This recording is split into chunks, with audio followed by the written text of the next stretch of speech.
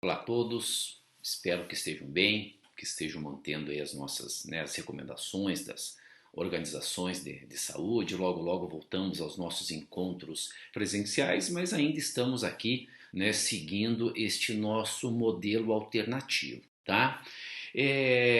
Nós estamos trabalhando com organismos, com grupos vivos, foi trabalhado entre eu e o professor William, foi trabalhado com vocês vírus, bactérias.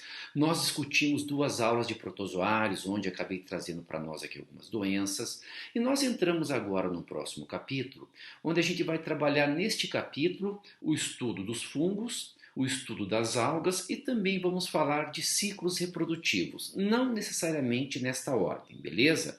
Então nós estamos agora adentrando no próximo capítulo. Eu vou começar aqui com o estudo das algas, essa aula vai ser para tratar do estudo das algas. Aí na sequência falamos de fungos, aí falamos dos ciclos reprodutivos, tudo isso para fechar num único contexto este capítulo. Depois que ele terminar, aí sim, já na nossa troca de livro, a gente vai ter a botânica que vai se estender por todo o resto do ano letivo. Mas até lá, imaginamos que a gente já vai estar se encontrando aí nos nossos, nas nossas aulas presenciais, beleza? É isso?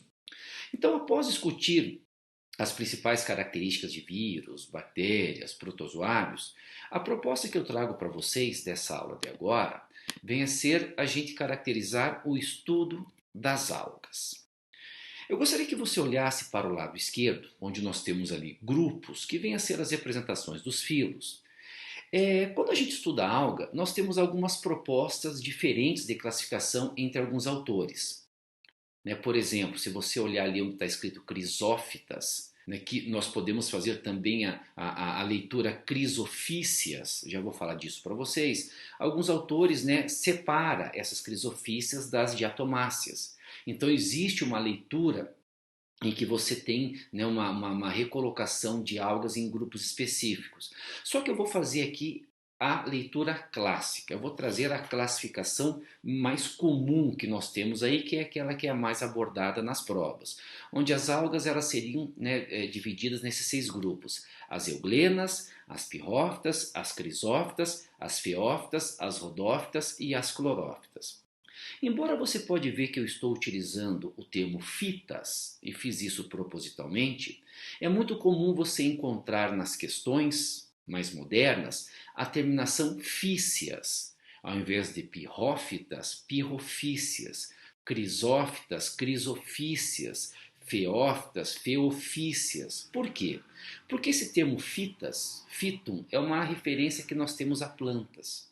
E as algas não são mais plantas. Então, embora muitos autores trazem essa leitura, o termo fíceas ele acaba sendo um termo também utilizado. Hoje é até mais utilizado. Mas eu quero que você entenda que você pode ter esses dois tipos de leituras, tá? Então, se eu aqui durante a minha aula eu utilizar o termo fícias em alguma explicação, saiba que eu estaria fazendo, esse tipo de referência, tá? Euglenas, pirrofícias, ou também chamadas de dinoflageladas, as crisofícias, as fiofícias, que são as algas pardas, as rodofícias, que são as algas vermelhas, e as clorofícias, que são as algas verdes. Todas elas, junto com os protozoários, fazem parte do reino protista. Todas elas são organismos clorofilados fotossintetizantes. Você pode ver que o pigmento clorofila está presente em todas elas. A clorofila A, por sinal, está presente em todas elas. A diferença entre clorofila A, B, C e D vem a ser na distribuição dos seus átomos. A clorofila é formada de carbono, hidrogênio, oxigênio, magnésio. Então a quantidade de átomos que você tem desses elementos é o que acaba caracterizando a diferenciação química entre elas. Mas tira a essência da segunda coluna, que todas as algas são organismos clorofilados fotossintetizantes. E que apresentam algumas composições, que seria ali a última coluna, como fonte de reserva. Alguns óleos, o amido, você pode ver ali que eu coloquei para vocês algumas composições químicas que vêm a ser as fontes de reserva que nós temos desse grupo que a gente vai estudar agora. As algas, no seu critério básico de classificação, são organismos, todas elas eucariontes, são indivíduos que podem variar de uni a pluricelulares, se fazem fotossíntese, portanto são organismos autótrofos, Alguns termos, né, básicos que a gente já domina, mas que de vez em quando aparece aí nas questões. O que vai acontecer nessa aula é que para cada um desses grupos que eu coloquei ali, novamente para a coluna de grupo, né, para cada um desses grupos, a gente vai ter algumas características, né, de relevância. Então a gente vai estudar uma a uma a partir de agora, mostrando sua importância ecológica, importância econômica, alguns aspectos típicos do indivíduo, enfim. Um outro ponto, antes de, né, começar a trabalhar com cada uma delas de maneira específica, é muito comum, se você percebeu, a gente chamar as algas pela cor. Porque é uma característica marcante das algas apresentar pigmentos que acabam dando uma coloração específica para ela. Quando você fala, né, embora todas as algas são clorofiladas, mas as algas verdes é em função da grande quantidade de clorofila que ela tem. Quando a gente fala das algas vermelhas, por exemplo, um pigmento que nós temos seria a ficoeretrina. As algas pardas, né, de aspecto marrom, seria a fucoxantina. Então é comum a gente ter a pigmentação das algas, né, sendo algo que de vez em quando o vestibular explora, esse ficoeretrina e fucoxantina, além da clorofila, é claro, eu acho interessante você guardar, que as provas gostam de fazer ali uma referência, beleza? Agora sim, a gente está apto a trabalhar com cada um desses grupos. O primeiro grupo que eu trago para vocês são as euglenofícias, ou também chamadas de euglenófitas, ou simplesmente de euglenas, euglenoides, já vi aparecer em prova. Então esse euglena, alguma coisa dentro desse limite que eu coloquei para vocês, é interessante você guardar. São algas unicelulares, eucariontes como todas elas, dulcícolas, são típicas de ambiente de água doce. A Euglena viridis, eu tenho uma foto dela aqui, um desenho dela, perdão, é um exemplo clássico. Você pode ver que ela é uma alga flagelada, isso é uma característica marcante.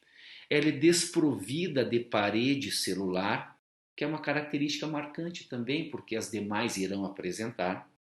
E uma característica interessante no interior dessa alga, além do flagelo, é a presença do vacúolo contrátil. Indivíduos de água doce, indivíduos dulcícolas, eles tendem a ganhar água por osmose naturalmente. Para que essa alga não ganhe muita água e ela venha estourar, esse vacúolo contrátil, o vacúolo pulsátil, ele expulsa a água novamente para fora. Alguns protozoários fazem isso também. Então, isso seria uma osmorregulação.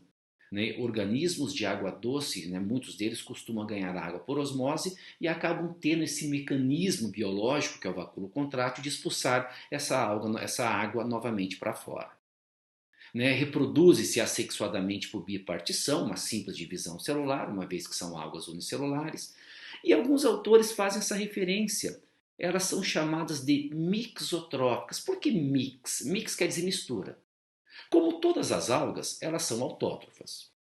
Só que na falta de luz, elas conseguem captar o alimento, né, a matéria orgânica, diretamente do meio, né, do ambiente. Então elas conseguem ser heterótrofas também.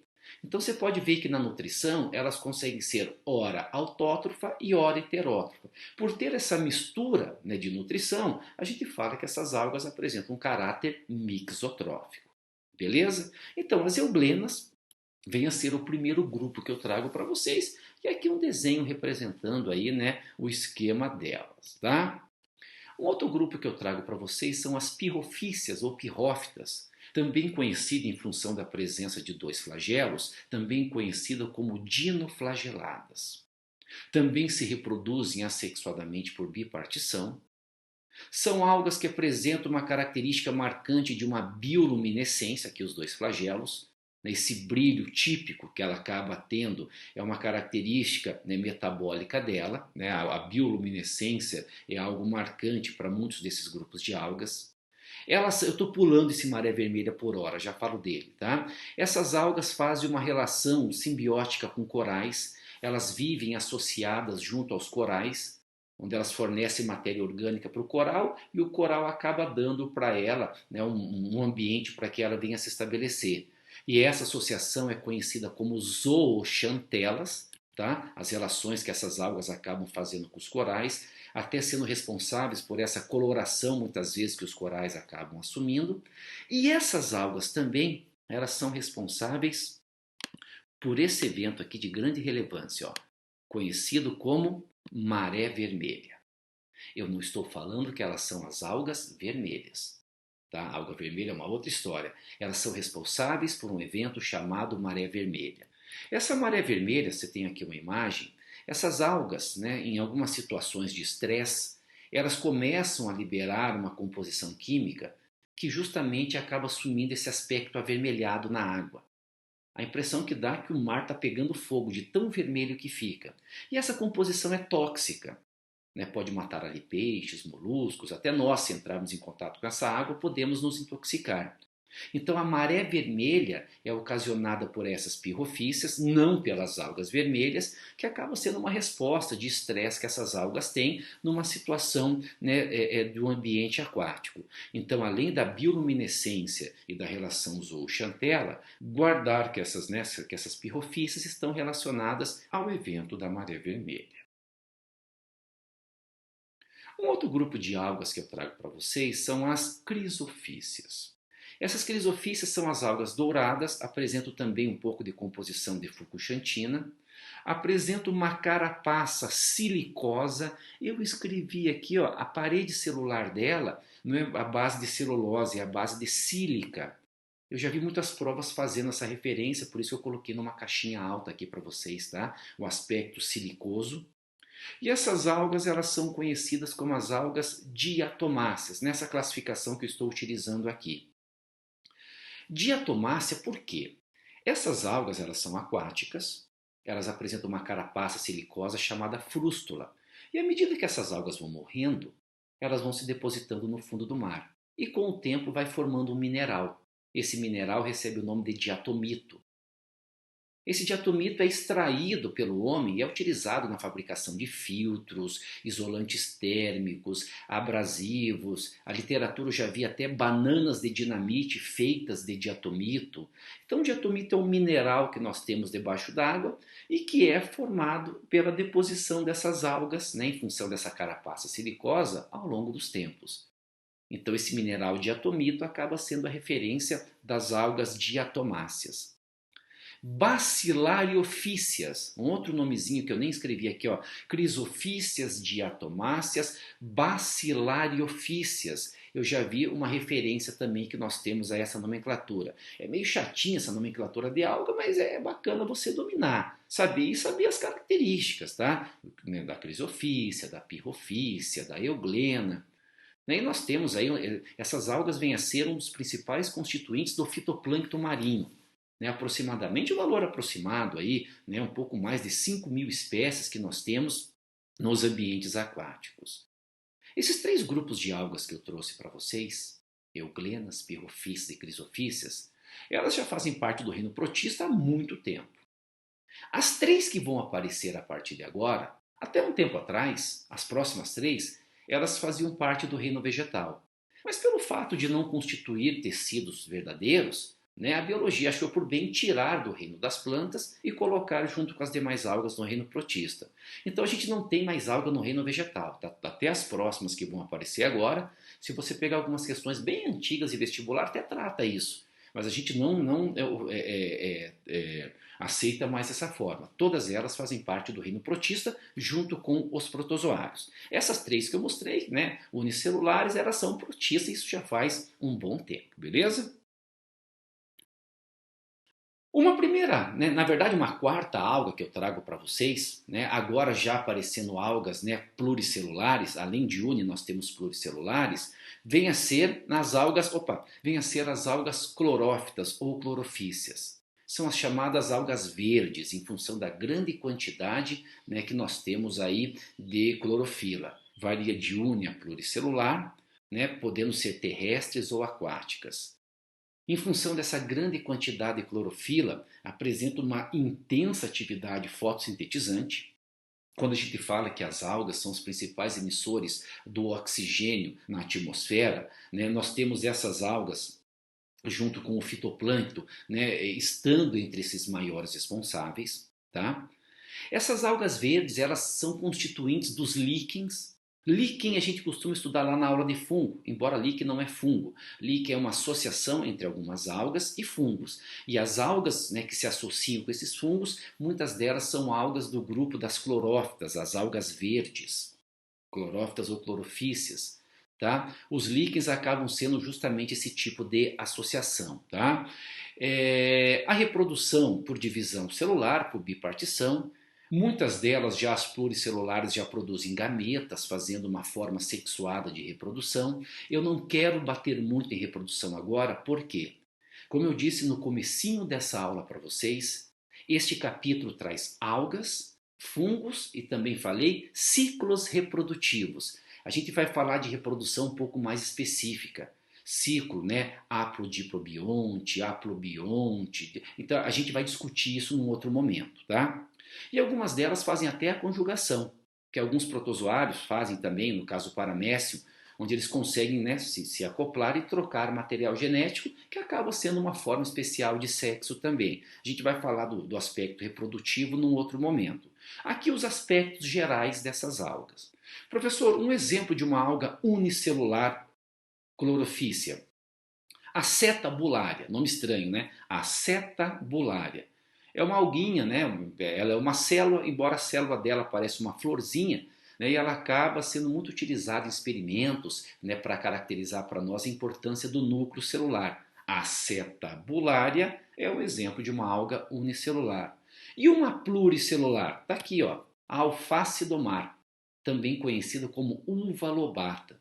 Então você já pode ver que já estou trabalhando com algas que apresentam um aspecto, né, maior, um corpo, até lembra plantas.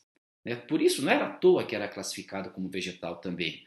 Só que acaba tendo nessa referência essa característica aí de não constituir tecidos verdadeiros. O corpo é como se fosse um talo, né, quando não forma tecido, por isso que elas podem ser chamadas também de talófitas, o que acabou então fazendo com que essas algas elas migrassem nessa classificação para o reino protista. Beleza? Além das algas verdes, eu tenho as algas pardas, que são as feofícias ou feófitas, o aspecto pardo dado pela fucoxantina. Aqui nós temos algas pluricelulares e uma característica marcante é que essas algas geralmente são de grandes comprimentos, ultrapassando muitas vezes 10 metros. Coloquei ali só uma referência. Quando você está na praia, você vê aqueles filamentos de algas, às vezes na areia, que se enroscam em barcos e tal, né, com aspecto pardo, são algas que fazem parte dessa classificação. Dessas algas se extrai a algina, também chamado de alginato. Um dos empregos dessa composição orgânica vem a ser na indústria cosmética. Aquele cheirinho, você compra um shampoo, um sabonete, aquele cheirinho de algas marinhas lá, né, que tem aquela essência, é dado em função dessa algina. Reprodução sexuada e assexuada, dependendo, a gente vai falar de reprodução depois, dependendo do grupo que você tem. E a laminária, que é uma alga comestível, e o sargassum, que é uma alga que ela é coletada, ela é seca, prensada e utilizada como adubo de hortas. São dois exemplos que nós temos. Está aqui, ó. Do lado esquerdo nós temos a laminária e o seu cultivo. E do lado direito nós temos o sargassum.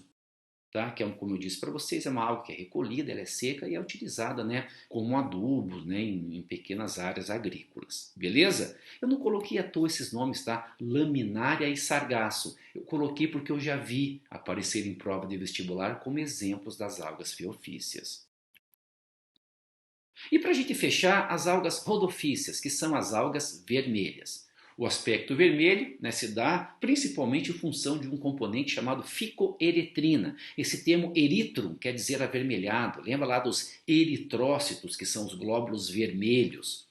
São algas pluricelulares, são algas marinhas. E daqui eu vou destacar dois pontos. Além da metagênese, que eu vou falar no aspecto reprodutivo depois.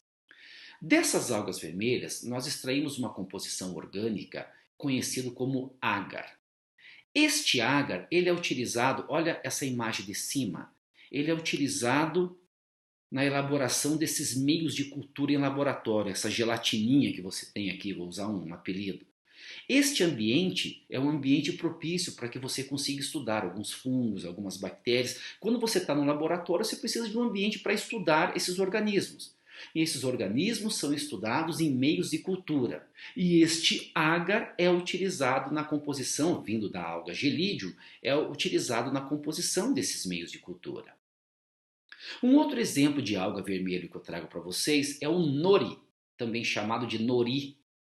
Esse nori é a alga que é utilizada para enrolar o sushi.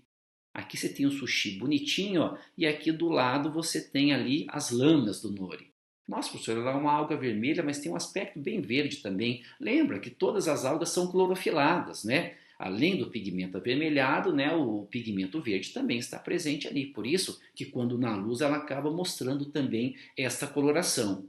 O nori, tá? Lembrar do nori, que enrola o sushi, e lembrar aqui do agar, né, que é extraído para a fabricação de meios de cultura, isso é uma característica marcante também que nós temos dessas algas. Euglenas, pirrofícias, crisofícias, clorofícias, feofícias e rodofícias. Os 6 grupos de algas com as suas principais características, envolvendo já uma parte deste capítulo. Esse capítulo vai se estender ainda pelos fungos, vai se estender pelos ciclos reprodutivos, a realização junto aqui de algumas questões. Então temos bastante coisa ainda para discutir dentro deste capítulo, beleza? Para esse encontro nosso, o objetivo alga seria esse aqui. Né? Vai junto depois algumas questões para você praticar, né, e dar uma treinada neste conteúdo. Muito obrigado, nos vemos no próximo encontro. Valeu, pessoal!